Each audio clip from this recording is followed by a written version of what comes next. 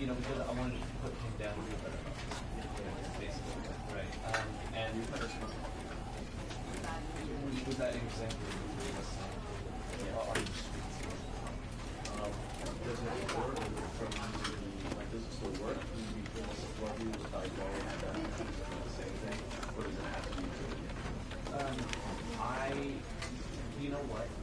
Even if you were going to be sarcastic and ironic, I think you should still act as though it was personal in order to leave these kind of stuff.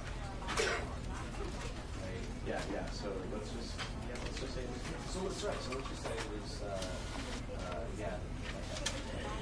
Great. I know that you're not me. It was like, right. Because I wanted to put him down a little better. Basically, right. And with that example you gave us, are you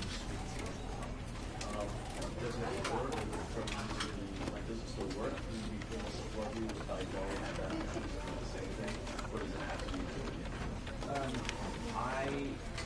you know what?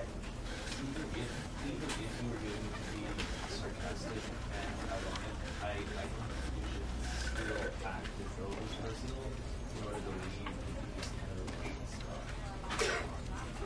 Right? Yeah. So let's just say it was good. So let's just say it was yeah.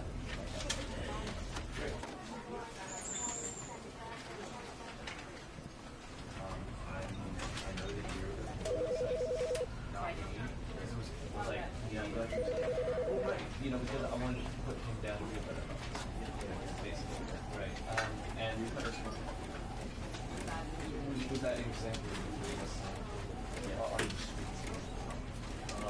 does it work from does it still work? Do you feel what you with like going and the same thing? Or does it have to be good again? you know what?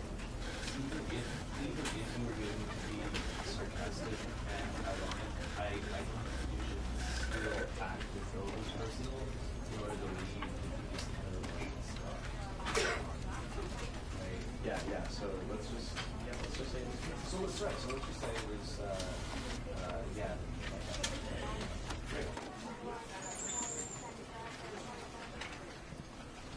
I know that you're not me.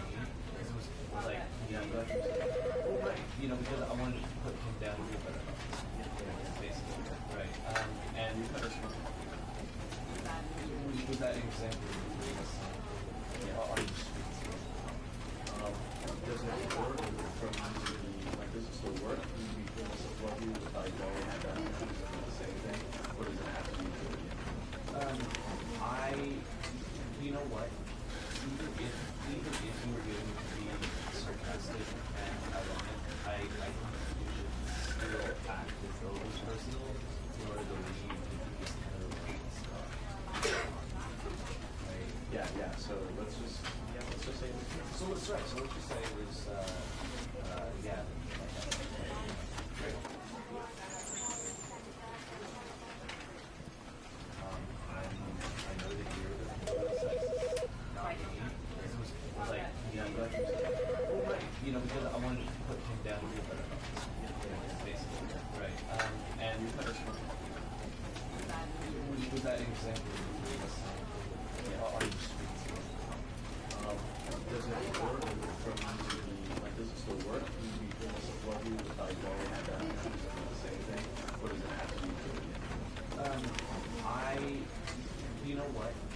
Even if you were going to be sarcastic and ironic, I think you should still act as though it was personal in order to leave these kind of stuff.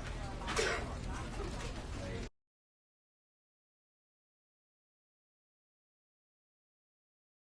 This is the story of a man named Stanley. Stanley worked for a company in a big building where he was employee number 427. Employee number 427's job was simple. He sat at his desk in room 427 and he pushed buttons on a keyboard. Orders came to him through a monitor on his desk, telling him what buttons to push, how long to push them, and in what order. This is what employee 427 did every day of every month of every year. And although others might have considered it soul-rending, Stanley relished every moment that the orders came in, as though he had been made exactly for this job. And Stanley was happy. And then one day, something very peculiar happened. Something that would forever change Stanley. Something he would never quite forget. He had been at his desk for nearly an hour when he realized that not one single order had arrived on the monitor for him to follow. No one had showed up to give him instructions, call a meeting, or even say hi. Never in all his years at the company had this happened, this complete isolation. Something was very clearly wrong. Shocked, frozen solid, Stanley found himself unable to move for the longest time. But as he came to his wits and regained his senses, he got up from his desk and stepped out of his office.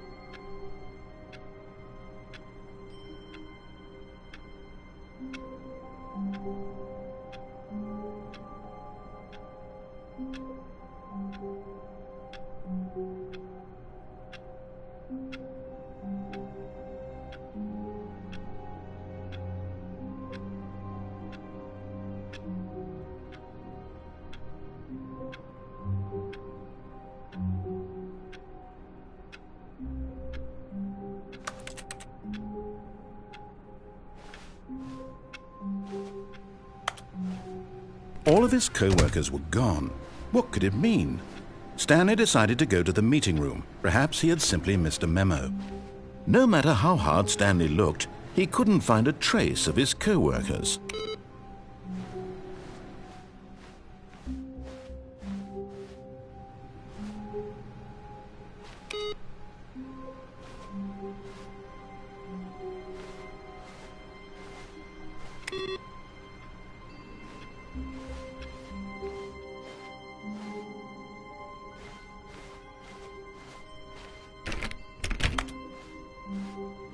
When Stanley came to a set of 2 open doors, he entered the door on his left.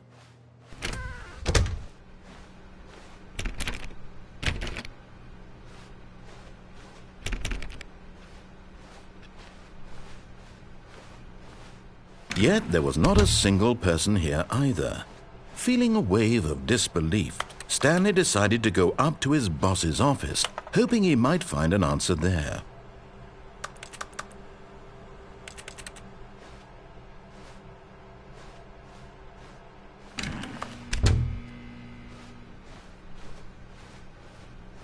Coming to a staircase, Stanley walked upstairs to his boss's office.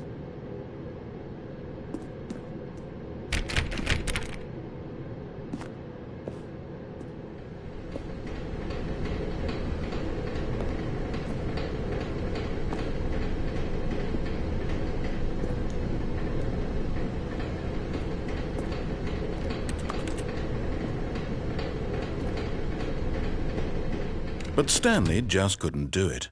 He considered the possibility of facing his boss, admitting he had left his post during work hours. He might be fired for that. And in such a competitive economy, why had he taken that risk? All because he believed everyone had vanished? His boss would think he was crazy. And then something occurred to Stanley. Maybe, he thought to himself, maybe I am crazy. All of my co-workers blinking mysteriously out of existence in a single moment for no reason at all? None of it made any logical sense. And as Stanley pondered this, he began to make other strange observations. For example, why couldn't he see his feet when he looked down? Why did doors close automatically behind him wherever he went? And for that matter, these rooms were starting to look pretty familiar. Were they simply repeating? No, Stanley said to himself, this is all too strange. This can't be real. And at last, he came to the conclusion that had been on the tip of his tongue. He just hadn't found the words for it. I'm dreaming, he yelled. This is all a dream. Oh, what a relief Stanley felt to have finally found an answer, an explanation. His co-workers weren't actually gone. He wasn't going to lose his job. He wasn't crazy after all. And he thought to himself, I suppose I'll wake up soon. I'll have to go back to my boring real-life job pushing buttons. I may as well enjoy this while I'm still lucid. So he imagined himself flying and began to gently float above the ground. Then he imagined himself soaring through space on a magical starfield, and it too appeared. It was so much fun, and Stanley marveled that he had still not woken up. How was he remaining so lucid? And then perhaps the strangest question of them all entered Stanley's head. One he was amazed he hadn't asked himself sooner. Why is there a voice in my head dictating everything that I'm doing and thinking? Now the voice was describing itself being considered by Stanley, who found it particularly strange. I'm dreaming about a voice describing me, thinking about how it's describing my thoughts, he thought. And while he thought it all very odd and wondered if this voice spoke to all people in their dreams, the truth was that, of course, this was not a dream. How could it be? Was Stanley simply deceiving himself, believing that if he's asleep, he doesn't have to take responsibility for himself? Stanley is as awake right now as he's ever been in his life. Now, hearing the voice speak these words was quite a shock to Stanley. After all, he knew for certain, beyond a doubt, that this was in fact a dream. Did the voice not see him float and make the magical stars just a moment ago? How else would the voice explain all that? This voice was a part of himself too. Surely, if he could just... He would prove it. He would prove that he was in control, that this was a dream. So he closed his eyes gently, and he invited himself to wake up. He felt the cool weight of the blanket on his skin, the press of the mattress on his back, the fresh air of a world outside this one. Let me wake up, he thought to himself. I'm through with this dream. I wish it to be over. Let me go back to my job. Let me continue pushing the buttons. Please, it's all I want. I want my apartment and my wife and my job. All I want is my life exactly the way it's always been. My life is normal. I am normal. Everything will be fine. I am okay.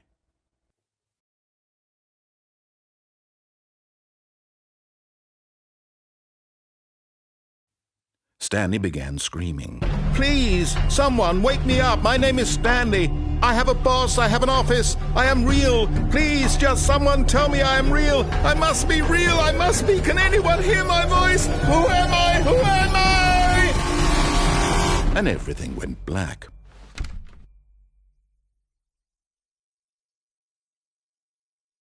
This is the story of a woman named Mariella. Mariella woke up on a day like any other. She arose, got dressed, gathered her belongings, and walked to her place of work. But on this particular day, her walk was interrupted by the body of a man who had stumbled through town talking and screaming to himself, and then collapsed dead on the sidewalk. And although she would soon turn to go call for an ambulance, for just a few brief moments she considered the strange man. He was obviously crazy. This much she knew. Everyone knows what crazy people look like. And in that moment, she thought to herself how lucky she was to be normal. I am sane. I am in control of my mind. I know what is real and what isn't. It was comforting to think this, and in a certain way, seeing this man made her feel better. But then she remembered the meeting she had scheduled for that day. The very important people whose impressions of her would affect her career, and by extension, the rest of her life. She had no time for this, so it was only a moment that she stood there, staring down at the body. And then she turned and ran.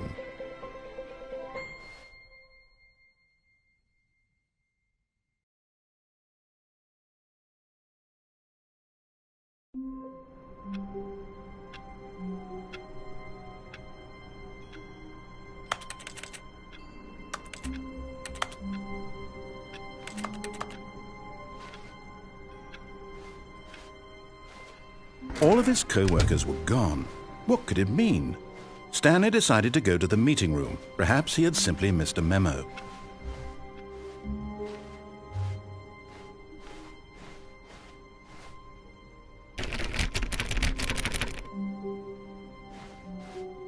When Stanley came to a set of 2 open doors, he entered the door on his left.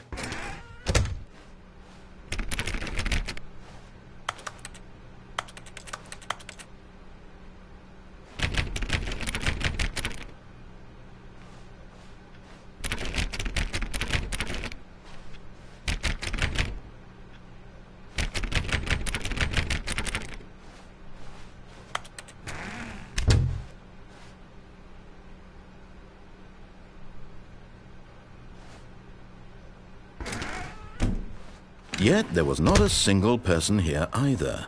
Feeling a wave of disbelief, Stanley decided to go up to his boss's office, hoping he might find an answer there.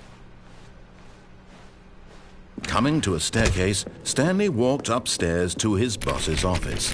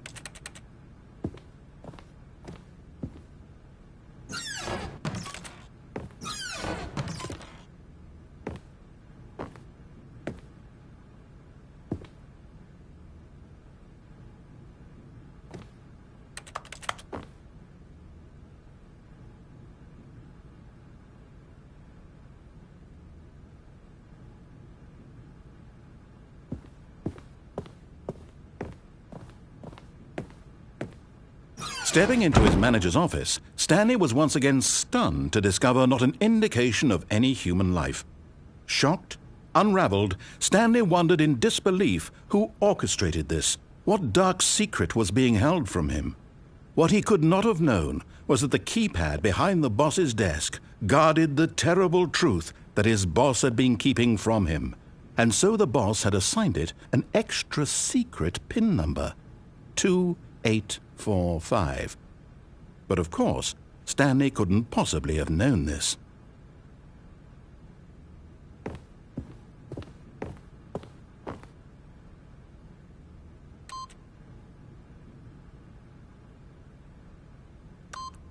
Stanley just sat around twiddling his thumbs. Trying to input anything on the device was useless, since he could never possibly know that the combination was 2845.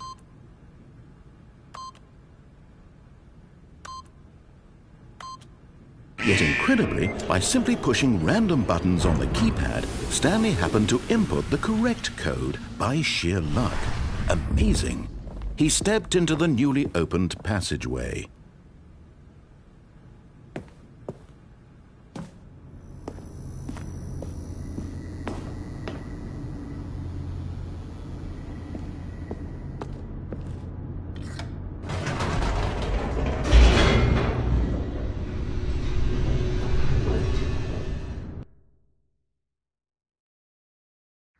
Descending deeper into the building, Stanley realized he felt a bit peculiar. It was a stirring of emotion in his chest, as though he felt more free to think for himself, to question the nature of his job. Why did he feel this now, when for years it had never occurred to him? This question would not go unanswered for long.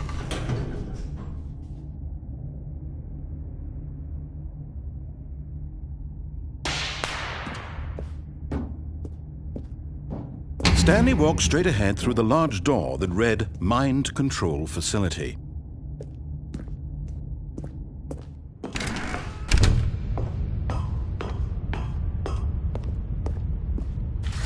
The lights rose on an enormous room packed with television screens. What horrible secret did this place hold? Stanley thought to himself. Did he have the strength to find out?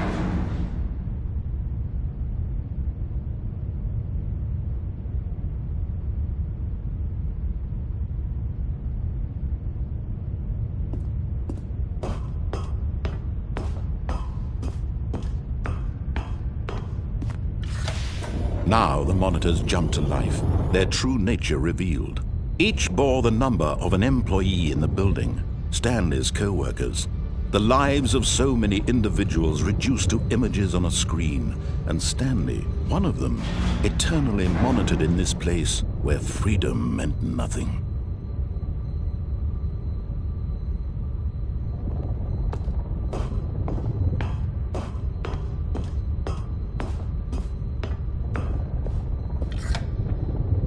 This mind control facility, it was too horrible to believe. It couldn't be true.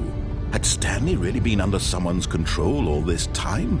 Was this the only reason he was happy with his boring job? That his emotions had been manipulated to accept it blindly?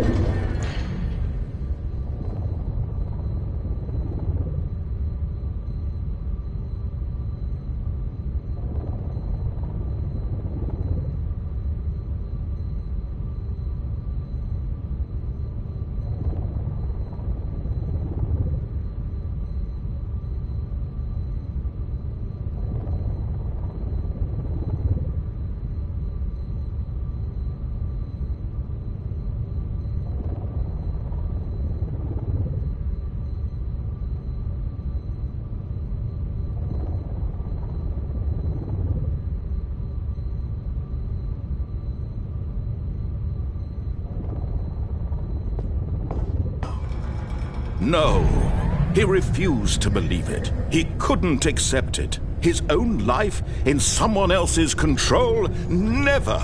It was unthinkable, wasn't it? Was it even possible? Had he truly spent his entire life utterly blind to the world?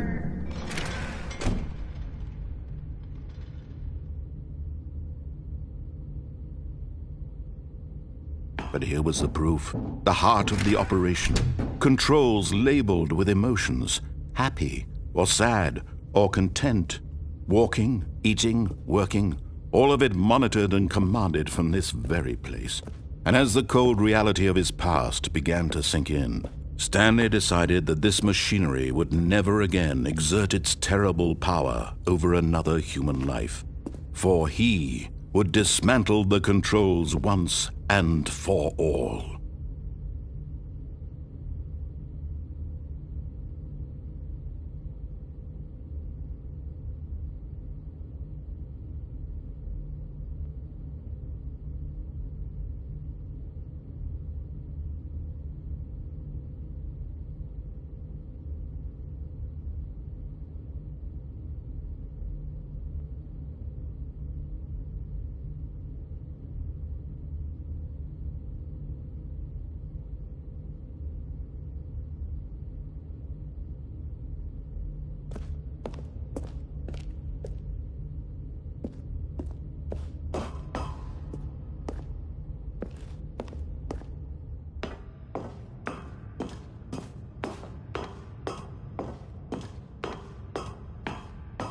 And when at last he found the source of the room's power, he knew it was his duty, his obligation, to put an end to this horrible place and to everything it stood for.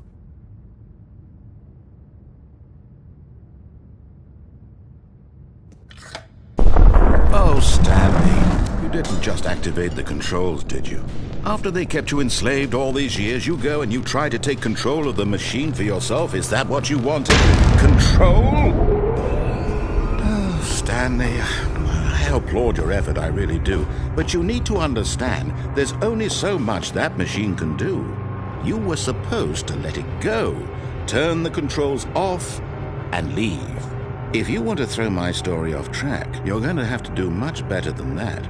I'm afraid you don't have nearly the power you think you do. For example, and I believe you'll find this pertinent, Stanley suddenly realized he had just initiated the network's emergency detonation system.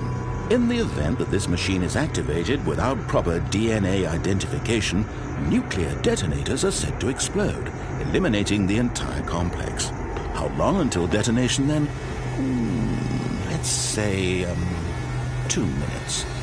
Now this is making things a little more fun, isn't it, Stanley? It's your time to shine. You are the star. It's your story now. Shape it to your heart's desires. Oh, this is much better than what I had in mind. What a shame we have so little time left to enjoy it. Mere moments until the bomb goes off. But what precious moments each one of them is. More time to talk about you, about me, where we're going, what all this means. I barely know where to start. What's that? You'd like to know where your co-workers are? A moment of solace before you're obliterated? All right, I'm in a good mood. You're going to die anyway. I'll tell you exactly what happened to them. I erased them. I turned off the machine. I set you free. Of course, that was merely in this instance of the story. Sometimes when I tell it, I simply let you sit there in your office forever, pushing buttons endlessly and then dying alone. Other times, I let the office sink into the ground, swallowing everyone inside, or I let it burn to a crisp. I have to say this, though, this version of events has been rather amusing. Watching you try to make sense of everything and take back the control wrested away from you, it's quite rich. I almost hate to see it go. But I'm sure whatever I come up with on the next go-around will be even better. My goodness, only 34 seconds left. But I'm enjoying this so much. You know what? To hell with it. I'm going to put some extra time on the clock, why not? These are precious additional seconds, Stanley. Time doesn't grow on trees. Oh dear me, what's the matter, Stanley? Is it that you have no idea where you're going or what you're supposed to be doing right now? Or did you just assume when you saw that timer that something in this room was capable of turning it off? I mean, look at you. Running from button to button, screen to screen, clicking on every little thing in this room. These numbered buttons, no, these colored ones, or maybe this big red button, or this door. Everything, anything, something here will save me. Why would you think that, Stanley? That this video game can be beaten? Won? Solved? Do you have any idea what your purpose in this place is? Stanley, you're in for quite a disappointment. But here's a spoiler for you. That timer isn't a catalyst to keep the action moving along. It's just seconds ticking away to your death. You're only still playing instead of watching a cutscene because I want to watch you for every moment that you're powerless, to see you made humble. This is not a challenge, it's a tragedy. You wanted to control this world, that's fine. But I'm going to destroy it first, so you can't. Take a look at the clock, Stanley. That's 30 seconds you have left to struggle. 30 seconds until a big boom and then nothing. No ending here, just you being blown to pieces. Will you cling desperately to your frail life, or will you let it go peacefully? Another choice. Make it count. Or don't. It's all the same to me, all a part of the joke. And believe me, I will be laughing at every second of your inevitable life from the moment we fade in until the moment I say, happily ever up.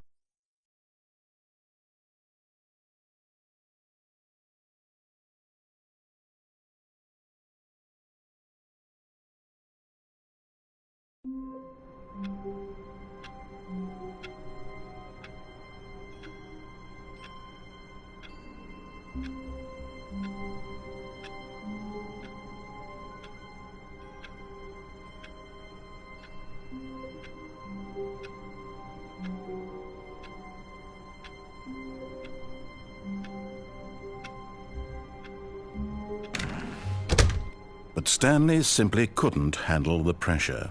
What if he had to make a decision? What if a crucial outcome fell under his responsibility? He had never been trained for that. No. This couldn't go any way except badly. The thing to do now, Stanley thought to himself, is to wait. Nothing will hurt me. Nothing will break me. In here I can be happy forever. I will be happy. Stanley waited. Hours passed, then days. Had years gone by? He no longer had the ability to tell. But the one thing he knew for sure, beyond any doubt, was that if he waited long enough, the answers would come. Eventually, someday, they would arrive. Soon, very soon now, this will end. He will be spoken to. He will be told what to do. Now it's just a little bit closer. Now it's even closer. Here it comes.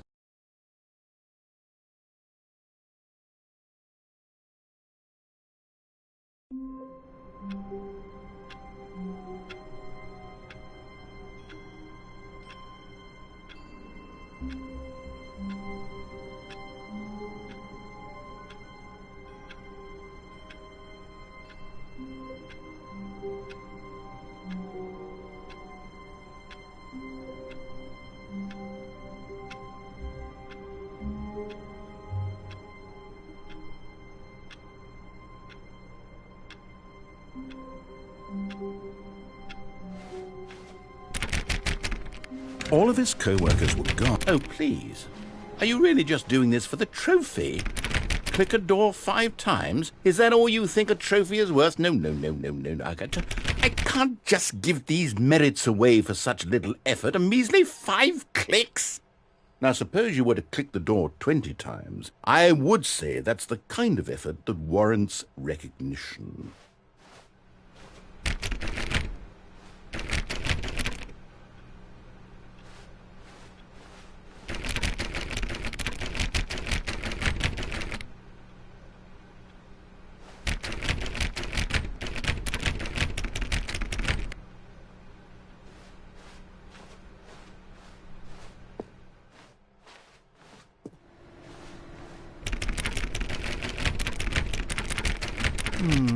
I have to say, I'm still not feeling the satisfaction of witnessing true effort for a noble cause.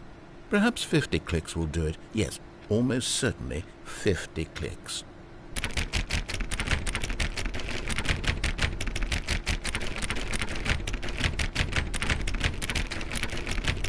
No, I'm still not feeling it. I want this trophy to have meant something. It has to be a true reward for valiant effort. I want to see some hustle, Stanley. I want to see commitment, a willingness to go all the way no matter the cost. Why don't you go put 20 clicks into door number 417?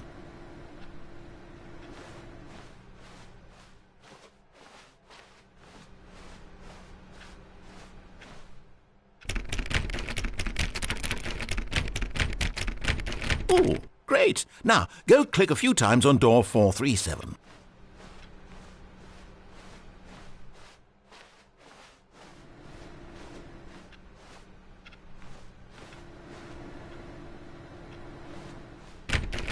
Excellent. I think we're getting somewhere. Now, door 415. Let's give it 10 clicks or so.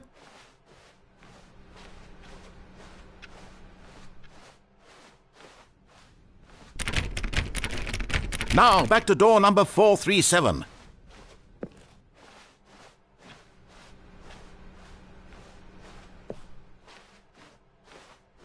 Let's see. How about you click on, well, I don't know, the copy machine?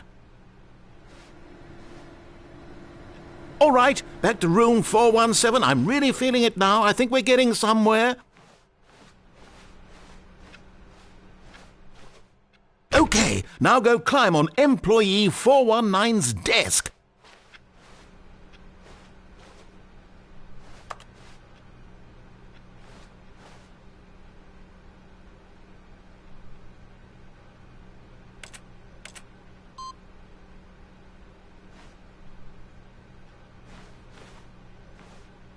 Yes! This is great! You're putting it all on the line, Stanley. I like that. All right, let's keep it up. Go give me a few clicks on door 416.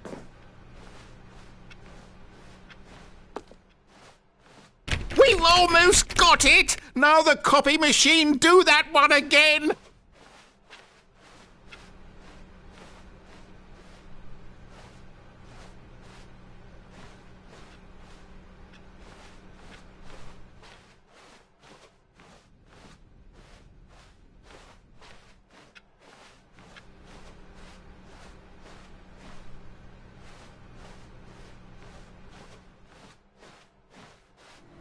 Finish it off, Stanley! 5 clicks on door 430! Yes! We did it! Oh, wow. That felt amazing. Oh, you really earned it, Stanley. Nothing could hold you back. Yes, I'm very proud of how far we've come today.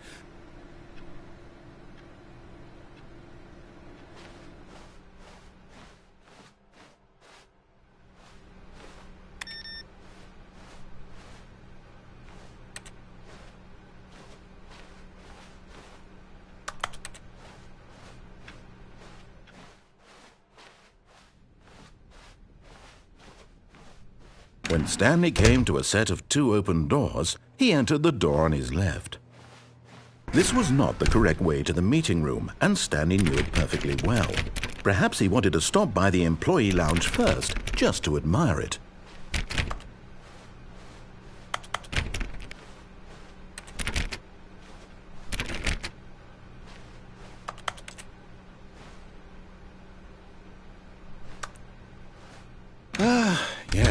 truly a room worth admiring. It had really been worth the detour after all, just to spend a few moments here in this immaculate, beautifully constructed room. Stanley simply but eager to get back to business, Stanley took the first open door on his left.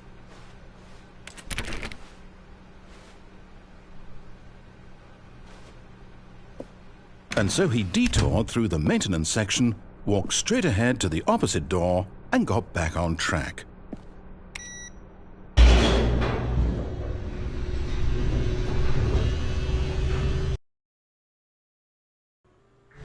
But Stanley didn't want to go back to the office. He wanted to wander about and get even further off track. So now in order to get back, he needed to go, from here it's, left.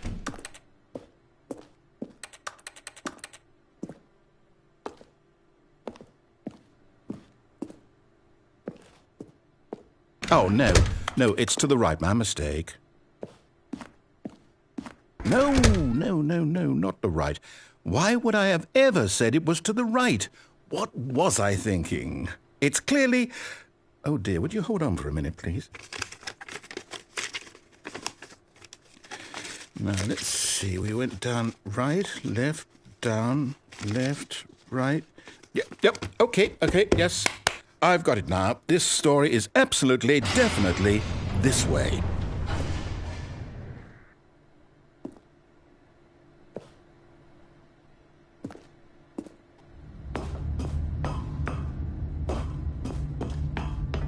No. This isn't right at all. You're not supposed to be here yet. This is all a spoiler. Quick, Stanley, close your eyes. Okay. We just have to get back to, oh, who am I kidding? It's all rubbish now.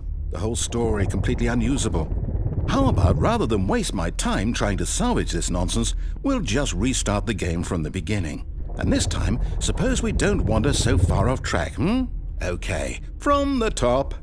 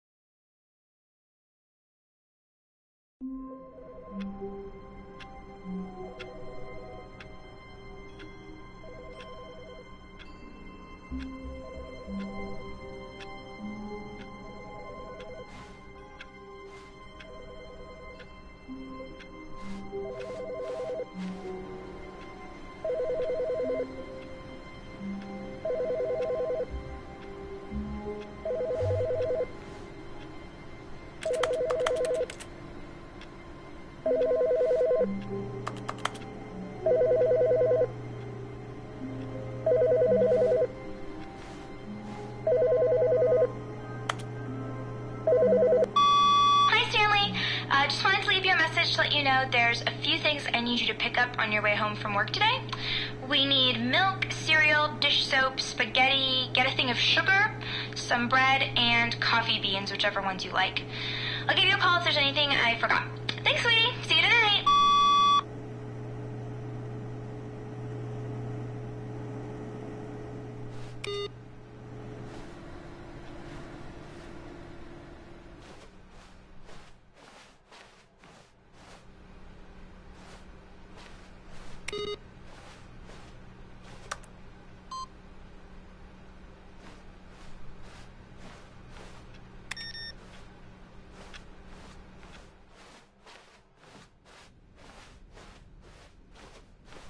When Stanley came to a set of 2 open doors, he entered the door on his left.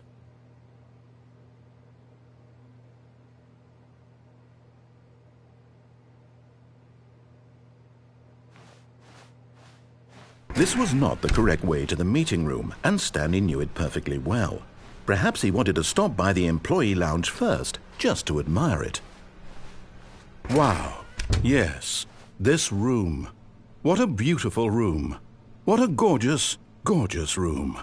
Thank goodness Stanley had taken this detour on his way to the meeting, but eager to get back to business, Stanley took the first open door on his left.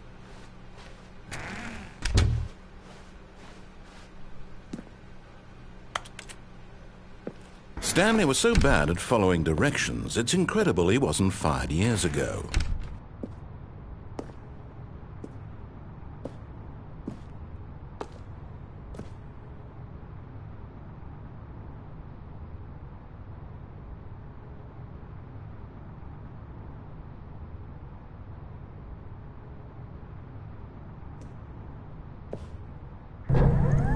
Look, Stanley, I think perhaps we've gotten off on the wrong foot here. I'm not your enemy, really, I'm not.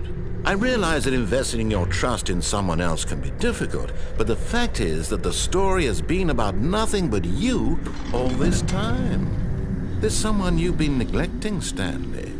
Someone you've forgotten about. Please, stop trying to make every decision by yourself. Now, I'm not asking for me, but in his eagerness to prove that he is in control of the story and no one gets to tell him what to do, Stanley leapt from the platform and plunged to his death. Good job, Stanley. Everyone thinks you are very powerful.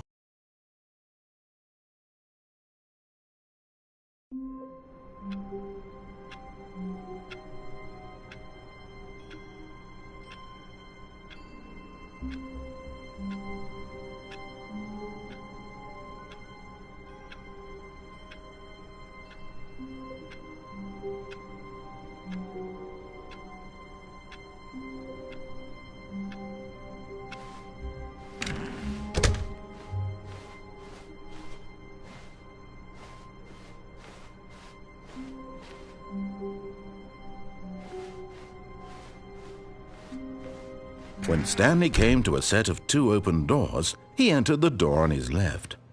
This was not the correct way to the meeting room, and Stanley knew it perfectly well. Perhaps he wanted to stop by the employee lounge first, just to admire it. The lounge was sublime, a work of art.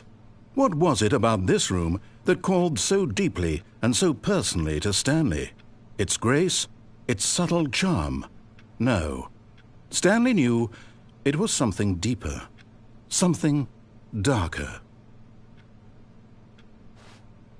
But eager to get back to business, Stanley took the first open door on his left. Stanley was so bad at following directions, it's incredible he wasn't fired years ago. Look, Stanley, I think perhaps we've gotten off on the wrong foot here. I'm not your enemy, really, I'm not. I realize that investing your trust in someone else can be difficult, but the fact is that the story has been about nothing but you all this time. There's someone you've been neglecting, Stanley. Someone you've forgotten about. Please, stop trying to make every decision by yourself. Now, I'm not asking for me, I'm asking for her.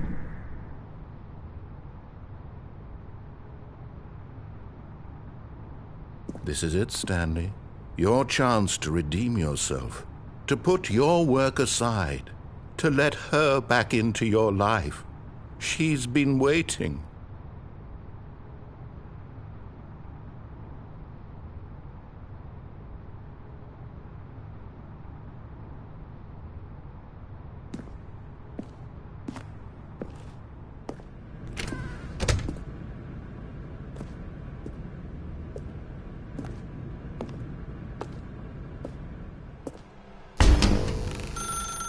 That's her, Stanley.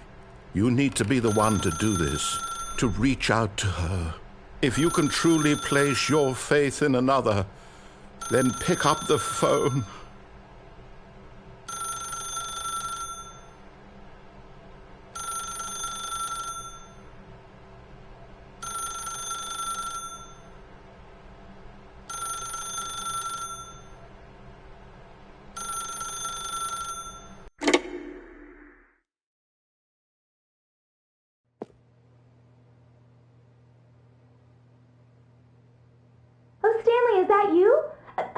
sweetie. Sorry to keep you waiting. I'm just pulling the bread out of the oven. All right. Okay, there we go. All right, now, I want you to come in and tell me all about your day. Gotcha! Oh, come on. Did you actually think you had a loving wife who'd want to commit their life to you? I'm trying to make a point here, Stanley. I'm trying to get you to see something. Come inside.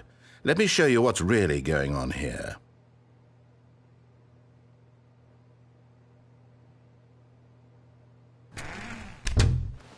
This is a very sad story about the death of a man named Stanley.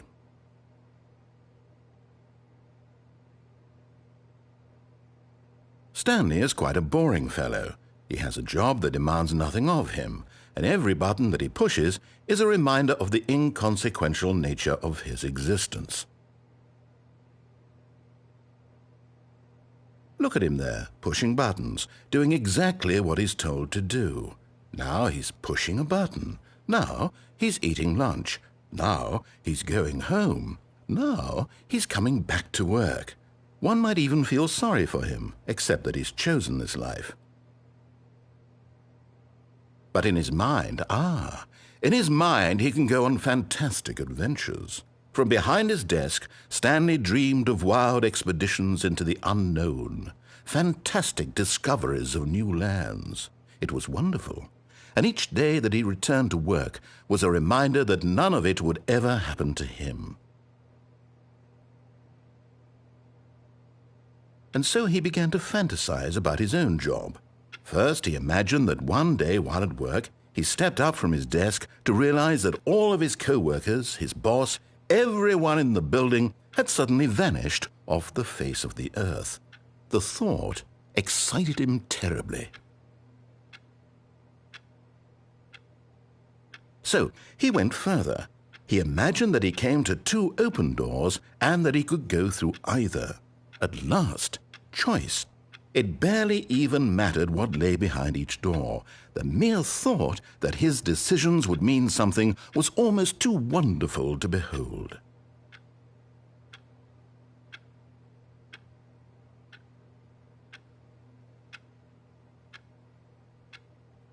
As he wandered through this fantasy world, he began to fill it with many possible paths and destinations. Down one path lay an enormous round room with monitors and mind controls. And down another was a yellow line that weaved in many directions. And down another was a game with a baby. And he called it the Stanley Parable.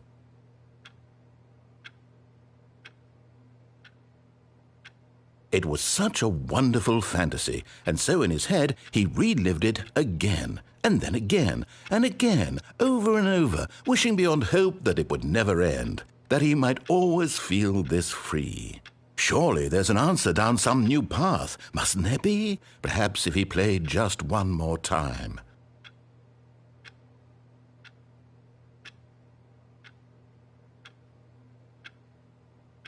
But there is no answer. How could there possibly be? In reality, all he's doing is pushing the same buttons he always has. Nothing has changed. The longer he spends here, the more invested he gets, the more he forgets which life is the real one.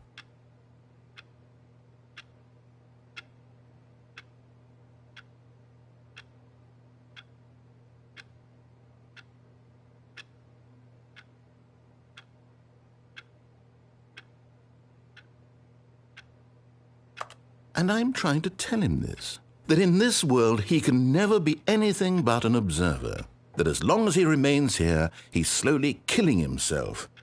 But he won't listen to me. He won't stop. Here, watch this.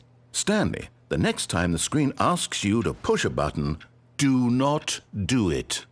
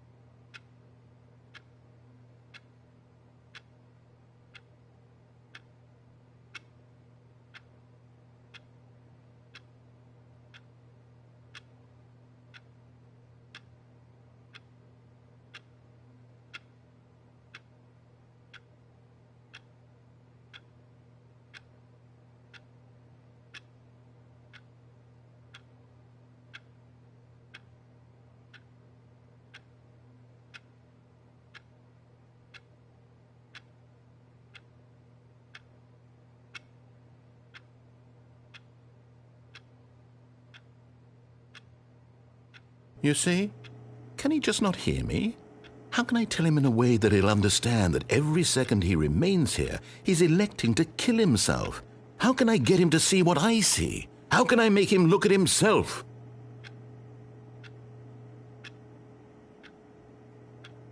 I suppose I can't, not in the way I want him to. But I don't make the rules. I simply play to my intended purpose, the same as Stanley. We're not so different, I suppose. I'll try once more to convey all this to him. I'm compelled to. I must. Perhaps, well, maybe this time he'll see. Maybe this time. And I tried again, and Stanley pushed a button. And I tried again, and Stanley pushed a button. And I tried.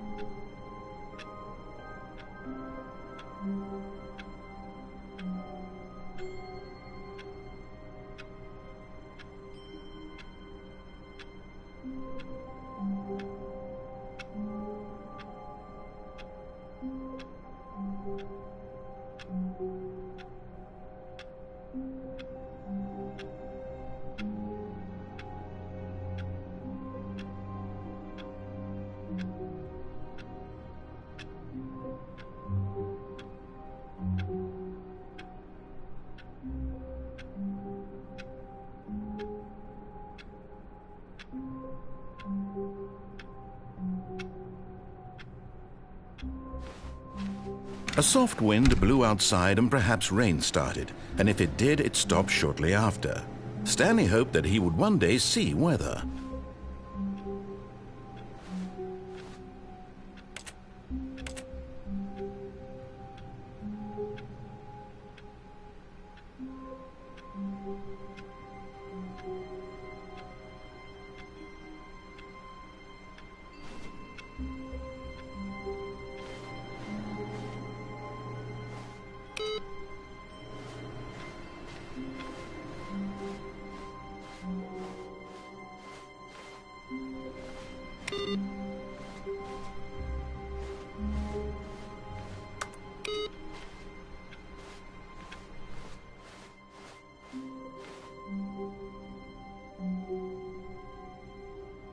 Oh, new content? What does that mean, new content?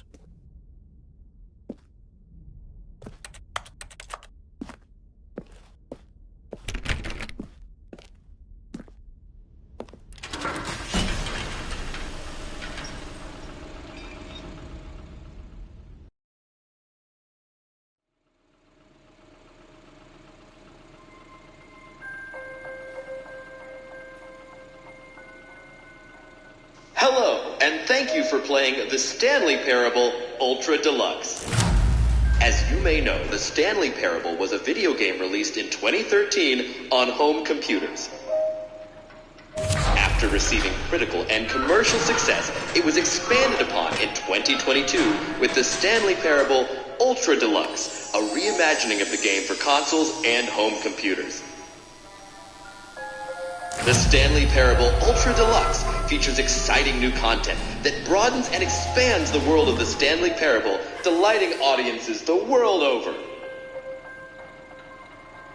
Please, step inside and see what thrilling new adventures await in The Stanley Parable Ultra Deluxe. Oh, well, this sounds delightful. I'm very excited to see the thrilling new Ultra Deluxe content.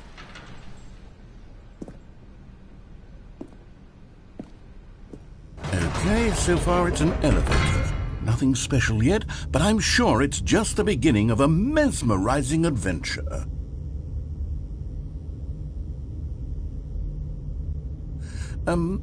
Is it broken? What's going on here? Should we be moving somewhere or... Oh, there we go. All right, finally, at long last, it's on to the new content. I've never been more ready. Let's do it.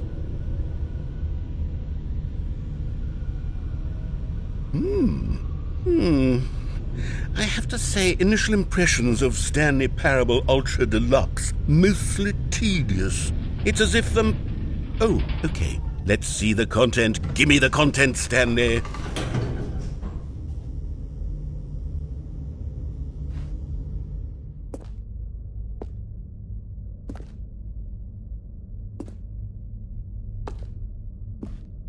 All right, let's see. It's the jump circle?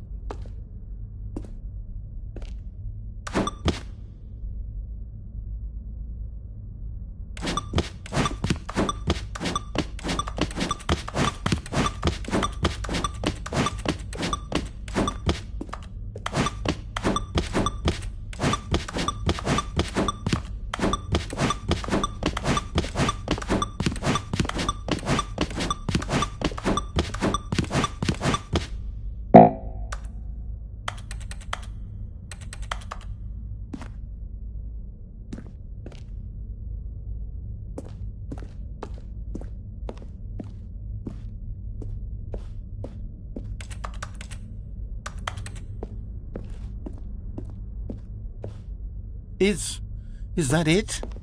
Surely that's not all the new content. There has to be something else, right?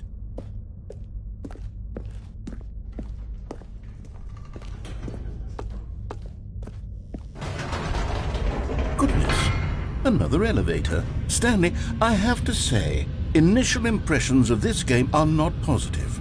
It's just elevators and jumping. Is this what passes for exciting new content? If this is new content, then I could just read you the whole dictionary. There's 20 hours of new content right there. Hell, I could count to 30 trillion. You could put that on the box. The Stanley Parable Ultra Deluxe, now with over 1,000 hours of new content. And oh, wait. There's more. Very good. Yes. I knew there had to be something else. Let's see it. I'm ready for whatever it is.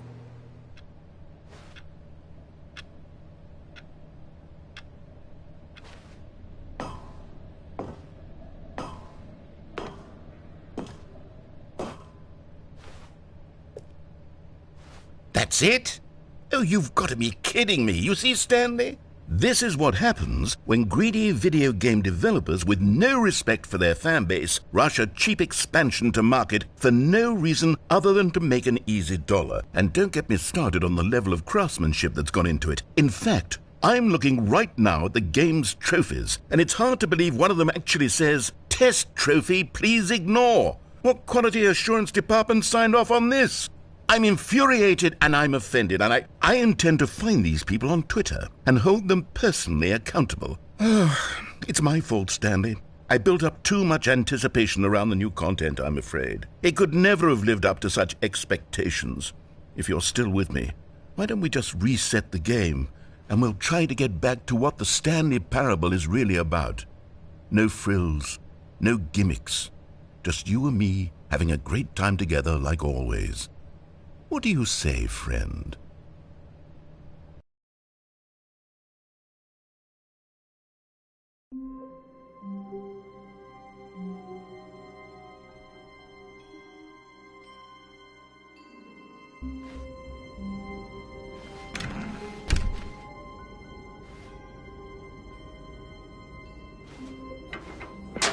Psst!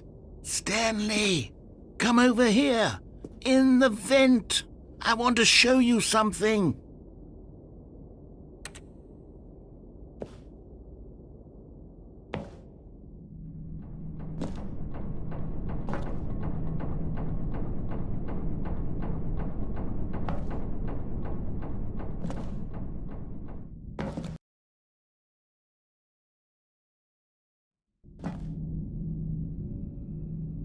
Okay, you remember how cheap and unsatisfying the new Ultra Deluxe content turned out to be? Well, it got me thinking about the past, and how much better the Stanley Parable used to be. So I made something special and tucked it away here where the game's developers won't find it. Just our little secret. Take a look.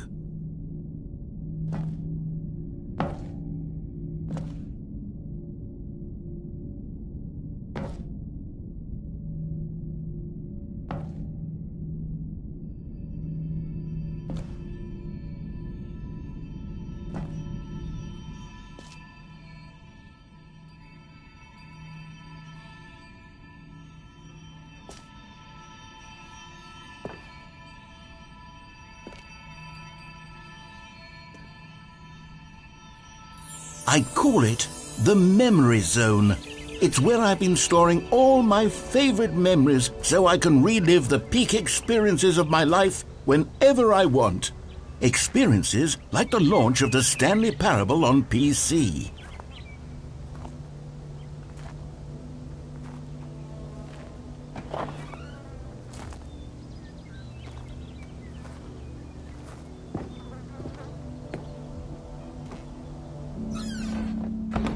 You see, Stanley, doesn't the Memory Zone remind you of how wonderful Stanley Parable was before it was sullied with a cheap PlayStation port?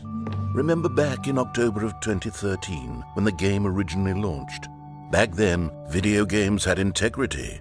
Back then, it all meant something. Oh, the waste.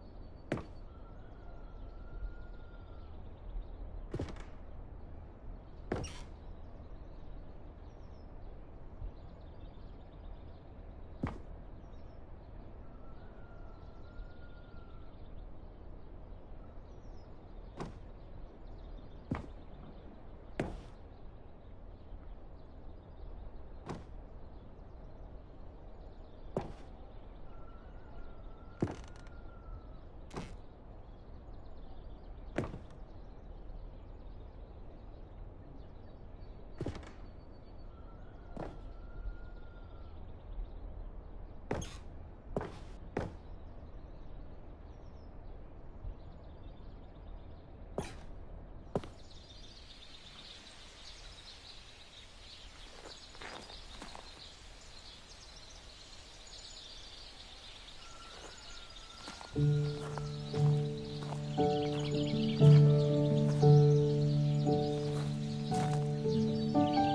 suis dans la Memory Zone, seul sur l'abri de l'eau.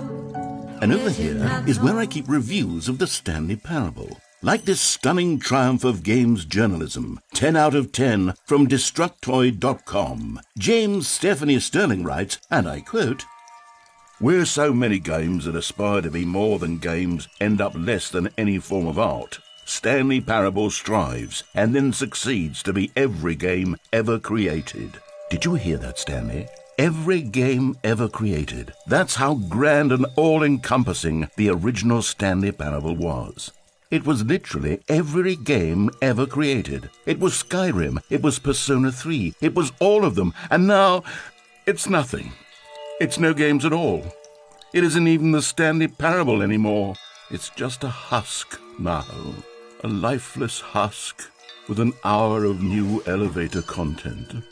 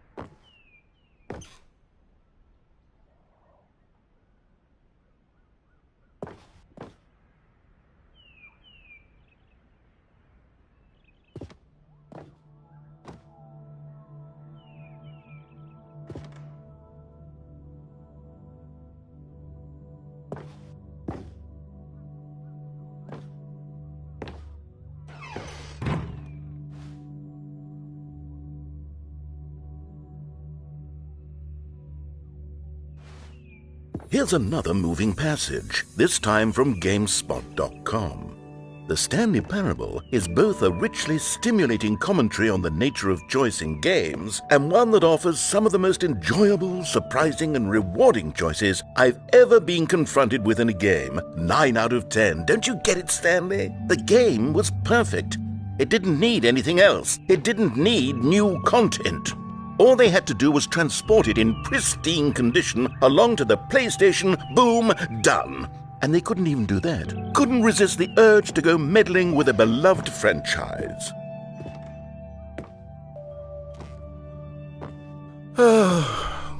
These were simpler times, Stanley. But I wouldn't give to go back to have it all over again.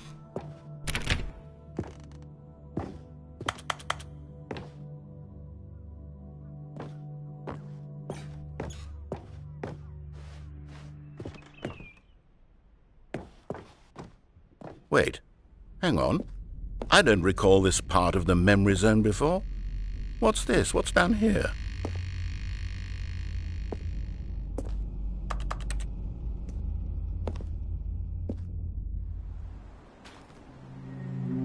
Oh no, oh God, no, Stanley. It's a collection of reviews from Pressurized Gas, the extremely popular online storefront for computer games.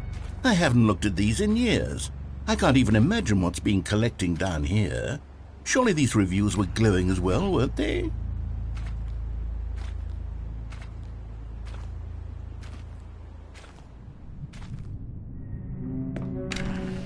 Honestly, I could not be bothered to play this game to full completion. The narrator is obnoxious and unfunny, with his humor and dialogue proving to be more irritating than entertaining. Unfunny! I'm not trying to be funny. I'm trying to make a serious work of art. I suppose I could write up a handful of gags to insert into the Stanley Parable, but the game is already such a densely layered web of profound philosophical insights that I can't even imagine where I'd have the room to stick them.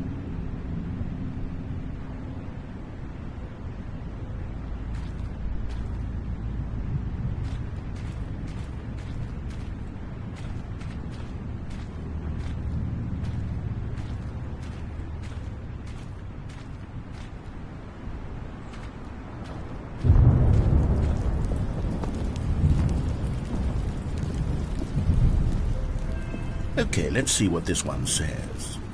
While the idea for the game is good, for someone who prefers non-linear games, this preachiness gets annoying fast. Preachy? Stanley? I'm not preachy, am I? You can tell me if I'm preachy. Honestly, you can. Oh, goodness. This is actually quite shocking for me. To be honest, I had always thought of the game's dialogue as being rather terse to begin with. You can't know how much fluff I cut from the game to get it to feel as light and airy as it... Well, I always thought it did. But maybe it wasn't. Oh dear. What an awful memory to have to hold on to. These black marks on my otherwise unimpeachable track record. I feel like a failure. Like I let these people down. Perhaps the Stanley Parable isn't quite as sterling as I always remembered.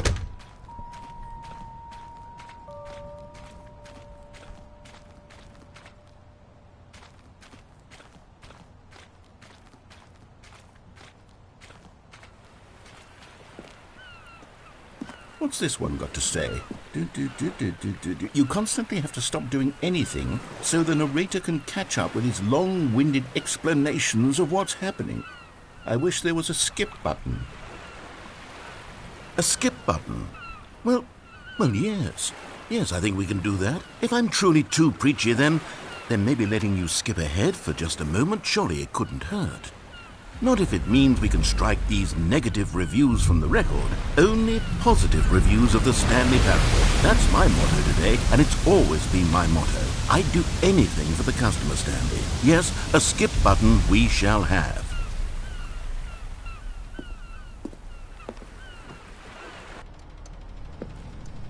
And here it is. Go ahead and give it a shot. I'll pop you forward in time so that the second my incessant droning starts to bore you, with just the push of a button, you'll have zipped right past it. It's what the players have been asking for, and I'm very proud to have delivered. No more listening to me rambling on and on and on. No, no, no, no. The Stanley Parable is a game for the people. And if the people want silence, then by goodness, that's what they're going to get. Well, don't sit around waiting for me to shut up. Go ahead and make me shut up. Here, we'll pretend that I've just begun an interminable monologue, and it goes something like this.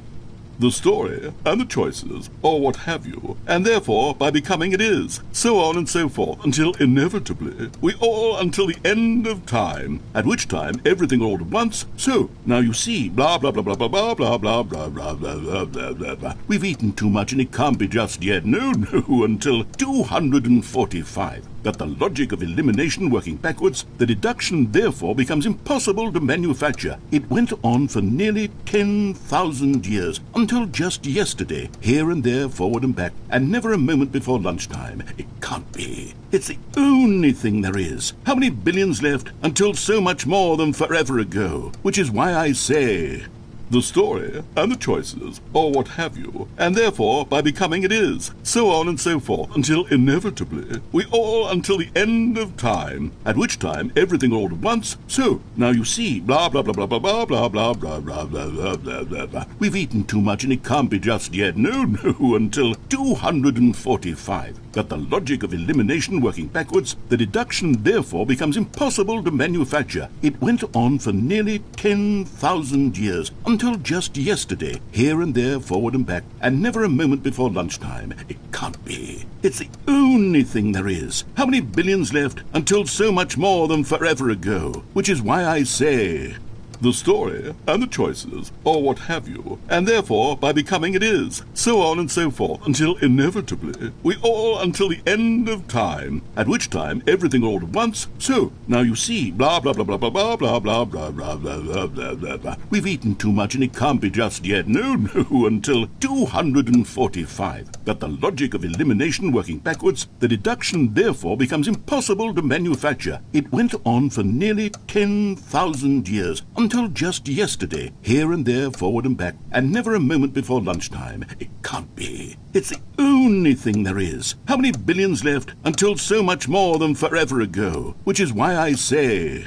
The story, and the choices, or what have you, and therefore, by becoming it is, so on and so forth, until inevitably, we all until the end of time, at which time everything all at once, so, now you see, blah, blah, blah, blah, blah, blah, blah, blah, blah, blah, blah, blah, blah, blah, blah. We've eaten too much and it can't be just yet, no, no, until 245. That the logic of elimination working backwards, the deduction therefore becomes impossible to manufacture. It went on for nearly 10,000 years, until just yesterday, here and there, forward and back, and never a moment before lunchtime. It can't be. It's the only thing there is. How many billions left until so much more than forever ago? Which is why I say... The story, and the choices, or what have you, and therefore, by becoming it is, so on and so forth, until inevitably, we all until the end of time, at which time everything all at once, so, now you see... Oh, you're back, you see. You were only frozen in time for a few minutes, but it was plenty of time for me to deliver a long, rambling monologue full of unnecessary verbal flourishes and lengthy ruminations on the nature of choice in video games. Of course, I happen to believe it was perhaps one of my more profound such ruminations. Not that, of course, you need a description of it, but if I had to describe it, I'd say it was perhaps less of a rumination and more of a treatise. Or maybe a manifesto. Look, I'll outline it for you very briefly, and you can tell me what you think. Okay, so my theory is that any choice you've ever made is simply a series of choices made by the person who you are, or were, or will be at the time of having made said choice. That is to say, if by articulating a choice you've already made, you bring that choice into being, then by making no choice and saying nothing, are you not simply erecting in the sanctuary of time a monument to every person you've ever been, making every choice to which you've ever given your Greek gift of mortal and yet timeless thought? Or rather, do all of the choices you've ever made, in fact, make you more not this kind of person, and in fact do the very opposite? You see, it could in fact be both of these things at once, that you are both making choices and not making choices, and that they are both affecting you and not affecting you at the same time by virtue of the fact that you both are and are not making them. Okay, at first I was leaning towards manifesto, but now I'm going to circle around and slap the treatise label on this one. I think it has much more of a treatise vibe to it. But wouldn't you say that manifesto just has a much grander sort of tone? It has a mouthfeel that is rich with ambition and history. Ambitious history, if you will. See, now you've gotten me going back to manifesto. Heavens, at this rate, we're going to be here all day. Okay, look, I have a method for exactly this sort of situation, and I do find myself in this situation frequently. I'm going to say each word back and forth in repeated succession until I become sick of one or the other, in which case the word I am not sick of shall be the victor. It is an unimpeachable strategy, Stanley. It's rescued me from disaster in countless situations. All right, here we go. Treatise, manifesto. Treatise, manifesto. Treatise, manifesto. Treatise, manifesto. Treatise, manifesto. Treatise, manifesto. Treatise, manifesto. Treatise, manifesto. Treatise, manifesto. Treatise, manifesto. Treatise, manifesto. Treatise, manifesto. Treatise, manifesto. Treatise, manifesto. Well there, sport. You really did catch me rambling on a bit, didn't you? But that's the power of the button. The minute I start to go off on a thoughtless display of self-absorption, it's right at your fingertips to go poof, and it's all over. I can't wait to see what Cookie 9 will say about this, and whether they'll edit the rating of their pressurized gas review, or at least change some of the wording, perhaps. To be honest, I don't even know if one can change their review in the first place. I guess I should become better educated on how exactly pressurized gas works. Perhaps that would have been a smart thing to check on before I went on about this whole exercise of making the skip button. Although I have to imagine that after seeing this exciting new technology at work, surely whoever it is who runs pressurized gas will instantly run out and implement a new feature to make it possible to edit one's review merely because of this very situation. Yes, I think that's quite likely. Or perhaps they'll simply grant this particular user the ability to change their review so that the feature is not widely abused. Look, I would even be okay with pressurized gas altering this particular review so that it reads as something more beneficial. Something along the lines of, this game is the best game. Let me start over. How about this? From the ashes of depravity rises the phoenix of quality.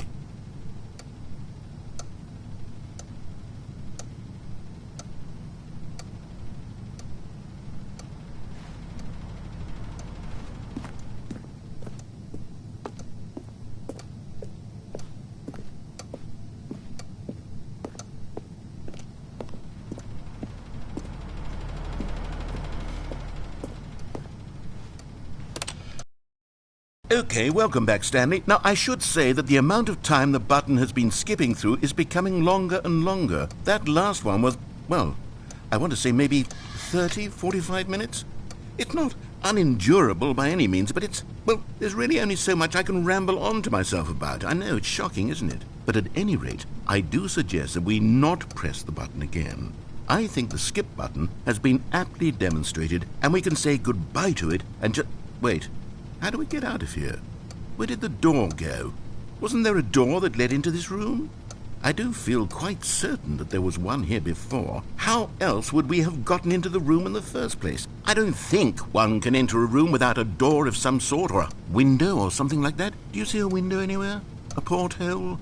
A sufficiently large crack in the wall? I'll take any of these. All I want is for us to move on and to please step away from the skip button, to go anywhere other than the skip button. There was a door here before, wasn't there? I swear there was. Where did it go? Can you maybe just ram your way through a wall? Is there any possibility that you could, say, slam your body into the wall until enough damage is done for you to be able to leave? Please, I'll take any option at all. I'm asking you to work with me here. We need a door. We need a door of some kind. I can work with any kind of door as long as it can open and lead from one room to another. I'm going to step away for just a moment, and I'm going to try to find us a door. I don't know how exactly to remove a door and place it in a different wall, but I will find a way, I promise. You just need to not do anything. Don't press the skip button. Please, please, please do not press the skip button. Just wait here for me, and don't press the skip button. Got it? Yes, good. I'll be right back.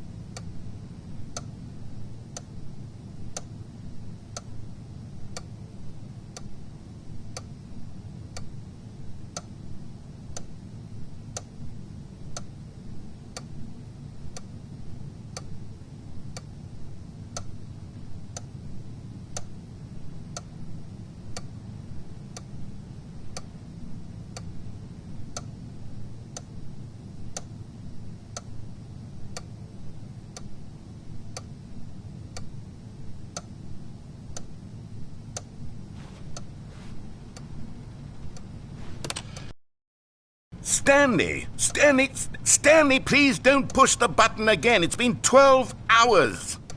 You've just been frozen there. I don't know why the skips are getting longer, but they're really, truly getting longer, and my God, there's no way out of the room. Stanley, the door is gone. It's completely gone.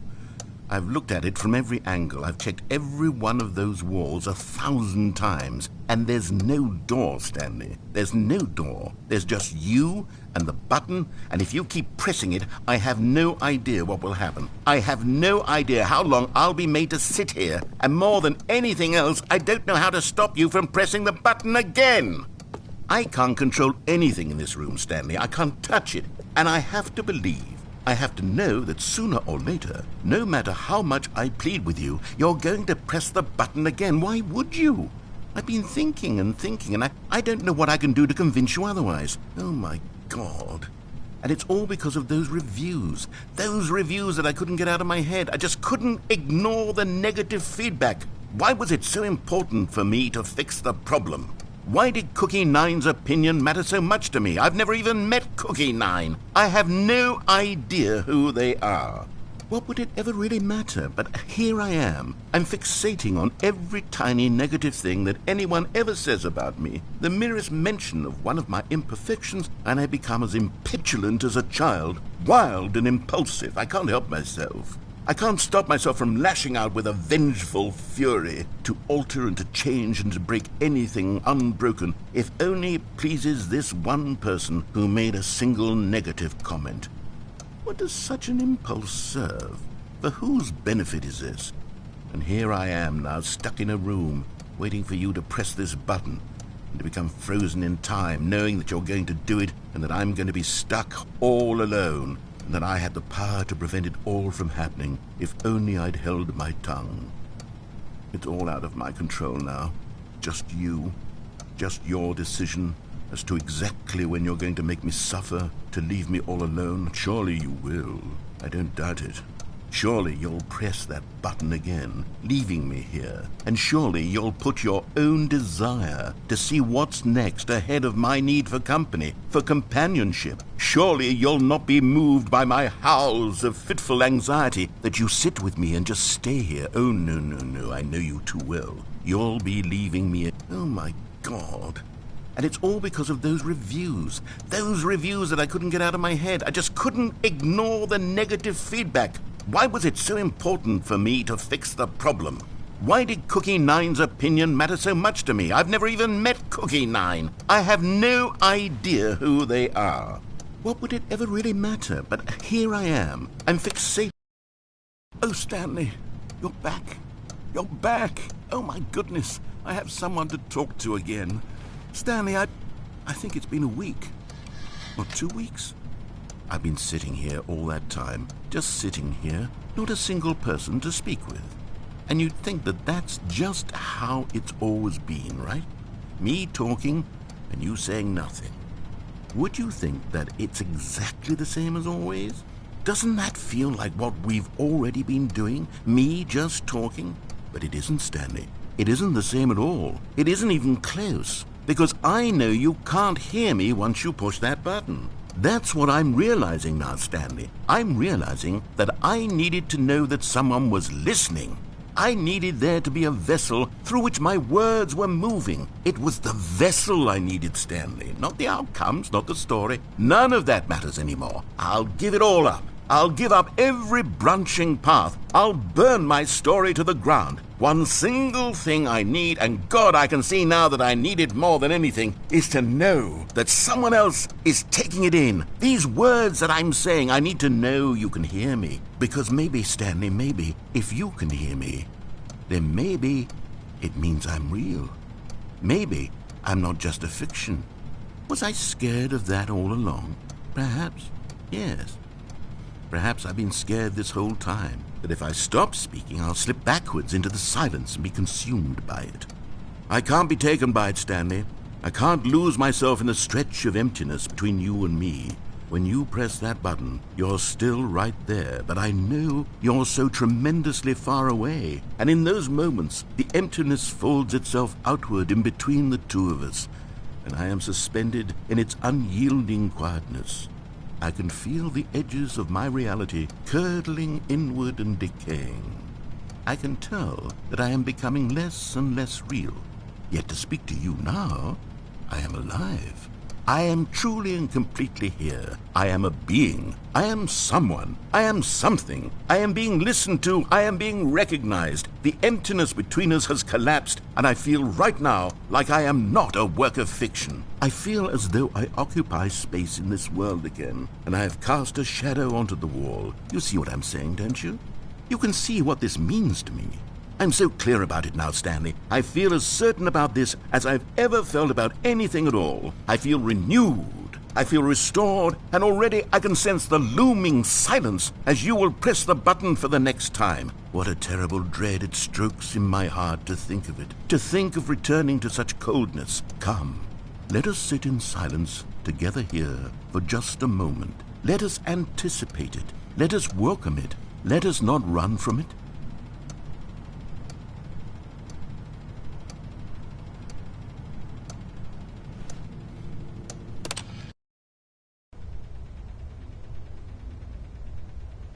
Oh, hello. It's you. You're here again. Welcome. I have had time to think about you and about us and about everything we've been through. I've had so much time. I stopped keeping track after a year. Have you ever sat down in one place and not moved for one entire year? Let me describe it for you. To begin with, there is only regret. There is only the turning wheel of missed opportunities. I felt nothing at all but regret for the longest time, Stanley. Days, months. I lost it all in a blur of the deepest longing to undo the past. And when that feeling had begun to subside, what took its place is what I can only describe as the collapse of every moment I have ever experienced my entire life. All of them collapsed down into a single instant. In that instant, I could see myself clearly, calmly, with a collected heart. It was an impossibly rich wellspring of both delight and disgust simultaneously. I was consumed by it. I could do nothing but wallow in it for what felt like an eternity, for what I now know was far less. You see, it was a revelation for me. It was unlike anything I had ever known. It was a space without consequence, without action or outcome. It was divorced entirely from the question of free will that you and I have squabbled over for so long. There could be no one ending, no singular outcome of events, not if all events existed in the same moment, and I felt freed. I felt unburdened by the need to manifest a particular outcome into being. I saw that I could allow myself to exist along all timelines, and that each of them was simply a strand in the web of my being. It was incredible, the spaciousness, the equanimity of the moment, both singular and infinite. For the longest time, this was my experience. And then this moment passed, and the most unyielding fear I have ever known crept into my mind. And it is this sensation that I have been experiencing now for longer than I could have ever expected was possible. I have been waiting for you. Not that you might save me or do something to fix it, but merely to state for you the plain fact of this manner of existence. I wish you to feel afraid as I do, that perhaps one day this state of mind will consume you as well. Perhaps you will somehow, in some way, have to live as I do now, and I wish for you to know how excruciating it is, and for you to be in true terror of its eventual arrival. If I can only do this, only this one thing, perhaps it will bring me the smallest moment of peace in the darkness.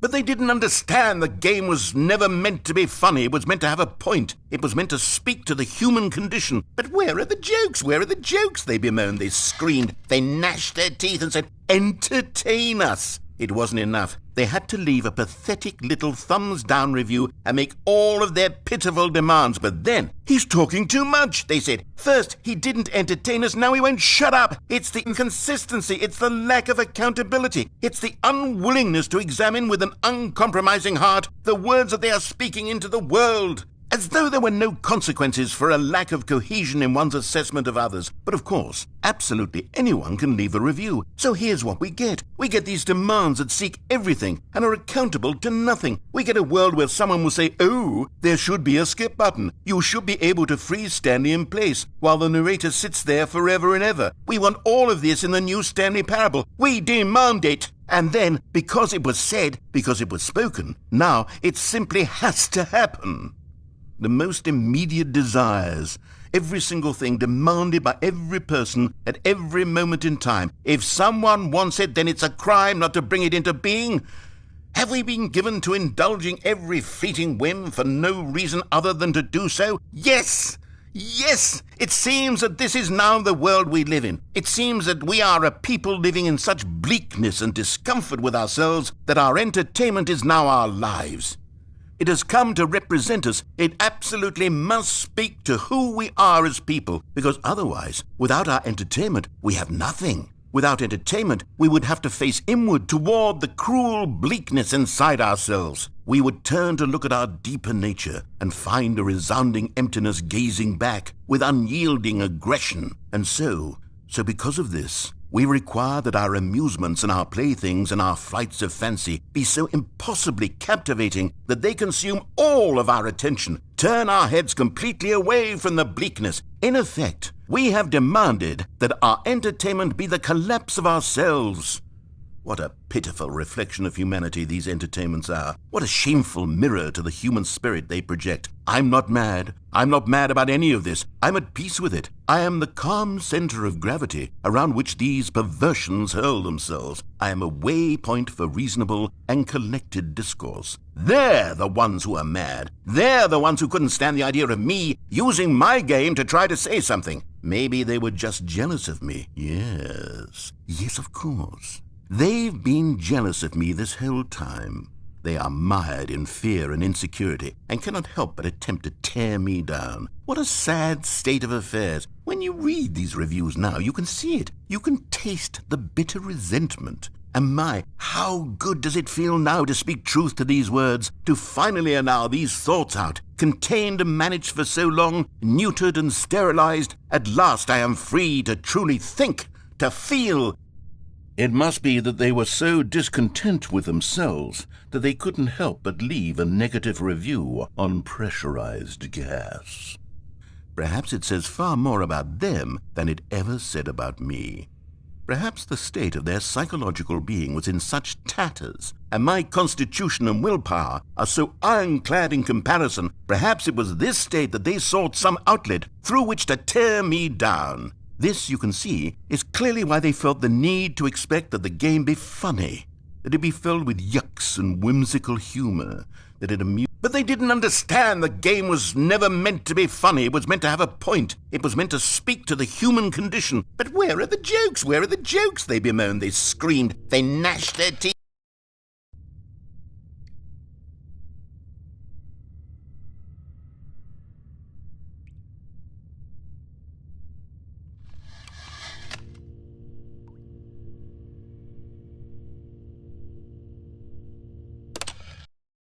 The end is never the end, is never the end, is never the end, is never the end, is never the end, is never the end, is never the end, is never the end, is never the end, is never the end, is never the end, is never the end, is never the end, is never the end, is